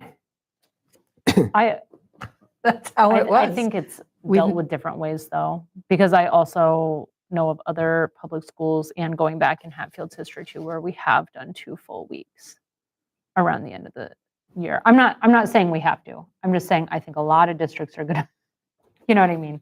It's like every once in a while this comes up and it's always And a now thing. we ran into this in the recent past with some families saying, but the day before Christmas or holiday break is always a half a day. And are they going to complain that the 19th is now not a half a day? We would hope. I not. would Because personally, nothing gets done on the last day before Well, vacation. which was part of when I looked at like the idea that anything was going to happen on the 22nd Monday and a half day Half day on- Tuesday. Like I couldn't really see that there was going to be much happen in those days. Right. But it wouldn't happen either on the 19th, I don't think. Because it's the Friday before vacation No, I don't. and everybody's going to be woohoo oh, don't we're gone think for so. 2 weeks. I think so. But that's gonna. It's gonna happen either way. Happen anywhere, but it's. Yeah. So why lose a day and a half on our count if it's going to happen, whether it happens on Friday or on Tuesday? Because faculty and families who travel like have a block off. I think I'm looking at it as an It just- employer, and it feels like a really good thing to do. Yeah, and even just thinking about it in terms of like, I mean, I don't know. I just don't feel like that day and a half are going to be that useful. Yeah, just like the 2nd of January, like coming back for a single Friday, just does not feel Yeah, like a one-day effective week learning. is just like Yeah. craziness. Yeah, that know one what I I don't mean? have a problem with. I don't see a difference between a day and a half week and a one-day week personally, but I mean, they're still having the same amount of days in school anyway, right? We're Yeah. still fulfilling the amount of days they're going to Yeah. school. correct. So it's not like we're taking away from that. Right. The difference would be, to be fair, is that we would get out of school earlier. On the, Ah. the 12th would be a half day, right? Mhm. And then if But we the last have, day would still be the 22nd, half day. if we had 5 snow days. Right. When's the last time we had 5 snow days? I mean, you never know. Mr. I don't call a snow day I mean, over here. we- Really? Right. I'm not worried about Please that. keep it up. That is one thing I would love for our reputation. We're the no snow day. We go to school when there is no blizzard. Right. Perfect. Yeah. I mean, I see the perspective of both because I work all these holidays. And I sometimes, like, it depends on the time of the year, I don't have childcare. It's hard to find something for my kids Right. to do or finding childcare. But also, I understand the perspective of the teachers, which it's nice to have 2 weeks, and families who travel or who just don't want to deal with it. Well, I also feel like, Yeah. again, as someone who's worked many, many holidays in my life, that while that day and a half will be a thing for some families, so is that last week of August, and so is the beginning of June, because camp has not started or has already finished for those times as well. So this 1 day and a half, for me, like, I just don't see it as effective learning time, and it could be a win in other ways. No, Yeah. I might. No, I agree mean, with I you. get it. I just think it's not the I can tell you it's not the only one. as a teacher what I would have done, and this is regardless of whether or not it would have been the 19th or the 23rd, Mhm. is I would have given my last unit assessment on the 19th. Mm. So if that was our last day before vacation, that's when I would have given it. If we had a day and a half after that weekend, I still would have given it on the 19th. And Yeah. probably not had as much meaningful work on that next day and a half. Honestly, yeah, I'm okay with it. Honestly, what's bothering me is the 4th being a PD day and the Veterans Day in November No. and Thanksgiving week. That is like the week, 2 weeks in a row where there's a gap of 1 day. Yeah. It is hard to find childcare. No, I agree.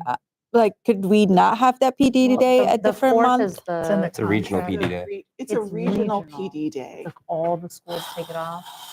So It's It- annoying that it's on well, that Tuesday. yes, It's very yes and no. annoying. Yeah. It historically has been the regional PD day, and what that's meant is that because it's voting day, a lot of districts, they vote at the schools, so they can't have school, insecurity when voting's happening. So the collaborative has in the past offered regional PD. So at different schools will offer different PD. It'll be open to all area districts, so teachers can find meaningful Mhm. professional development that they'd like to go to. That didn't occur this year. They didn't have enough buy-in. They didn't have enough people that were interested in doing it. So this year we ran our own professional development during that day. I have not heard yet, but I can reach out to the collaborative to see what that professional development day is. If they are not planning to do that, if they are planning to do it, I would recommend that we do have it, because people get a lot of really good training and professional development from it. If they're not, then we could look at other months or dates. So we could move it Yeah. to the 10th and have those 2 days off together. That's fine. yeah, Like just that 2 makes weeks in more a row sense. when you're having a gap in the middle of your week Particularly and when it's trying. Tuesdays. A Tuesday. Yeah, and a Tuesday. Yep. Like it's fine if it's 2 days in a row. Yeah. At least you can plan that. I Yeah. can I plan could that certainly week, reach out to or the collaborative about that would be Yeah, amazing, I- Connor. Thank you. I'm glad you brought that up because the only good reason to have it on that day is if there is like Mhm. regional PD that our staff can take advantage of. Because Hatfield votes the town hall. Exactly. So I have another thing here. If we're worried about these short times and such, and we've certainly heard feedback over the years about people not liking us starting before Labor Day. Do they come back in August for 2 days, the kids? Or do we slide the 3 teacher days over, start them after Labor Day, and go 2 more days into June? I always heard that the teachers, that there was some coming back for 2 days as opposed to a whole week. And then that. It would be 4 days because it would be Labor Day. But you get like this little 2-day intro, and then you come back and do 4 days, and then you come back and have a regular week. Mhm. I feel like that's a switch that has happened at some point in like the mid 90s that we started doing that. Yeah. I can remember it not being that way and then switching. So Mhm. But a lot of other schools do start after Labor Day. That's true. And we get families, why do we have to start before Labor Day? Yeah. I feel Still like doing I feel like some. it's a vocal minority who express Yeah. that concern. Yeah, I agree. And then- perhaps the same one each time. The same group. They don't have to. Like it's 2 days. You can take them off with your kids. I was just throwing it out there since we're talking No, about sure. adjusting It days is- here and there. It is. Yeah. a I don't really fair- It's a personally point. care either way. I mean, It's that's my definitely, I think, a fair that's my birthday, so conversation it's point. always nice to shoo them off. And It's a good transitional days because the kids themselves don't. Particularly for little kids. Yeah, and don't have to go from like nothing to a full week of school. Mm. Going 2 days and then like having a little bit of a break and going for 4 days. It's like usually they do that anyways in a lot of schools. No one wants to bring up like really controversial stuff like, why don't we go to a 4-day week and work through the summer? No one I wants to go mean, we there. could go, let's go to a March break instead. Like, we could do it. Just for fun. Just for funsies. No, it's So- getting late. Dr. Can't be Driscoll, if you fun can find out about the regional one. Yeah. absolutely. Yes, And that if, would if be the find out community about is that. watching this meeting, if you can give us feedback about the day and a half in December and for fun, the 2 days in August. Yes. no, I'm not really, I just threw it out there because we No, were not- talking If, about if, days. if there's more than 2 people who have feedback about the 2 days in August, that'd be nice to hear it. Yes, absolutely. As opposed to us hearing from the same 3 people every year. Yeah. Yeah. Like Yeah. if it's actually more of a concern than Facebook would have us believe, then By all means. let us know for sure. Like give us Mm. legit feedback. And I can put this out to the community as well in my newsletter to get feedback as well. Make sure they all know it's proposed. It's not voted on. I That yet. might would- be, I would I'm think not that would be sure. confusing. Yeah, I I think think that would if be they're confusing. hardcore enough that they watch the meeting and they have questions, that's one thing. And Yeah, if I you write your recap, you can have All can them write a recap and they can Yes. share it there. seek it out. They can look it up. But yeah, I agree. Let's just do it on a soft check. Only for those who are truly invested in our calendar. I would love to get more feedback. I would But I be, don't wanna but be like confused to vote not on this too in many- December. like, yeah, I don't want to So that we can confuse get it out. I think agreed. we really need to vote on this in December. Yes. Yes. I No, would okay. be ready I to agree vote on it then. completely. I think we just need to know about the, Yes. the Because it would be November nice to thing move that and- PD if yeah, it doesn't yeah. need to be on a Like, Tuesday. yes, I want that would the be motion for the wonderful. 10th. Yeah, I Wonderful, really thank like you. that idea. Okay, so moving on, Dr. Driscoll and I wanted to talk about some potential correspondence. You may have seen in the news the Pioneer Valley Chinese Immersion Charter School has requested of the state that they could increase their enrollment by 100 students. And you might have seen in the news where other school districts have come out and shared their views. And Made resolutions about it. they have done a host of things. And so we wanted to see what the committee's sense was. Dr. Driscoll has drafted a letter that shares his views very eloquently, and you have a draft version of that. But certainly the committee could entertain a resolution as well that would correspond. But we didn't want to go through all of that without hearing your thoughts first. There, given when the state will take this up, we still have time to do that if we want to. So this is something that if the committee has feelings that are aligned, we could bring it back to the next meeting with something in writing that the committee could, like we do with policies, take a look at, adjust, and vote from there. Do letters to whomever this would go, the legislature, the governor, whomever, are they actually impactful, or is it more of like us just making a fun Yes. They have statement? been. Yeah, I think Yes. They have been. In 2017, I believe, the Pioneer Valley Chinese Immersion School had applied for, I think they were looking to almost double their size, I think it was and double. that was denied, largely as a result of input from area folks. I mean, the collaborative had organized amongst their board to draft a letter that each member district sent. At MASC, just lost the guy's name. He's a rep from out east, but he is heavily involved in the legislation. And he did a session on this, and that, yes, it really makes a difference when they actually hear from school districts, from administrators. They want to hear that, and they appreciate actually getting something. I believe it goes to the State Board of Education, which are representatives much like us, just at the state level. Right. So and I would presume that our representatives in general know that public schools would be opposed to such a change. well, actually, Dr. Driscoll and I met with our state rep, who is also writing a letter Okay. on behalf of her perspective for the districts, for the school districts within her district. And so she will copy us on that as well. To be fair, I am not opposed in general to charter schools. I am opposed to the funding formula regarding charter schools and public schools. I think there are some charter schools that are really terrific and they do a good job. But for them to continue expanding and growing in ways is a detriment to us because the funding is not equal.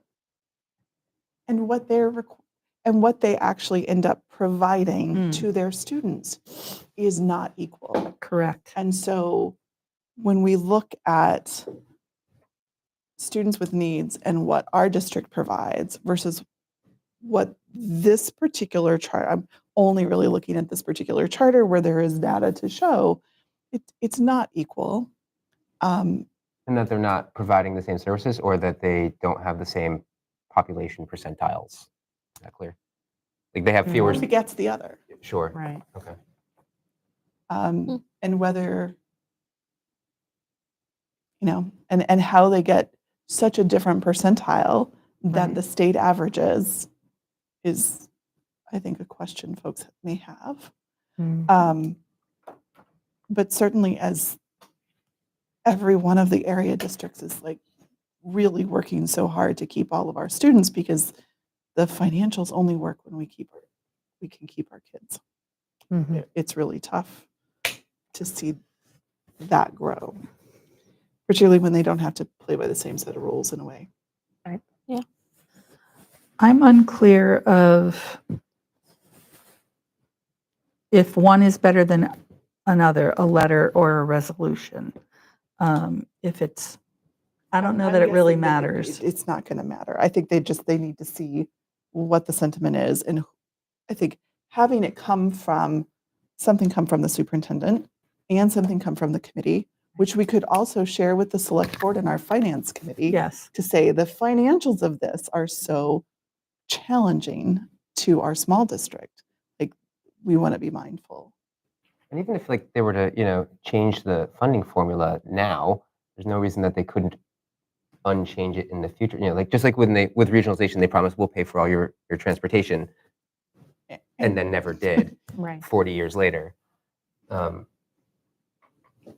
Yeah. So should the financials change, we would have a different. Yeah. Yeah, I mean, I like the letter. The more they hear from us, the better. Would you just copy the letter or would you amend it in some way that it reflects that it's from us? I think if more is more, just having something that hits the similar talking points, but from the committee. And so it might be a letter from the superintendent and a resolution from we Yeah. can work that out. I know Amherst has sent out their opposition. Has anyone else made it public? Northampton. They have? Well, Yeah. the city council in Northampton Whoops. did a resolution, and I believe their school committee is working on one. I have a collaborative meeting in early December, and I can ask, there's 37 districts. I can ask who else has done a letter or resolution. How many students do we send to PCICS? Did I get that right? Not close, but all right. We send 11 to charter schools. The breakout that we get does not break it down by which charter school. That vocational education is separate from this. Correct. I'm just, Yep. because I know we have more than that. Is there anyone who doesn't want to pursue this? Okay. So with the ringing endorsement of silence, I will put something together Carry for next forward. month. Thank you. Thank you, Dr. Driscoll, for pulling all that together, because I think the more they see, the more helpful that will be. That is it for our agenda this evening. Does anyone want to make I'll make a motion to adjourn. Is there a second? Second. All in favor? Aye. And adjourned. Thank you 9 all. o'clock. Thank you. 8:59. The goal is 2 hours. What? and it's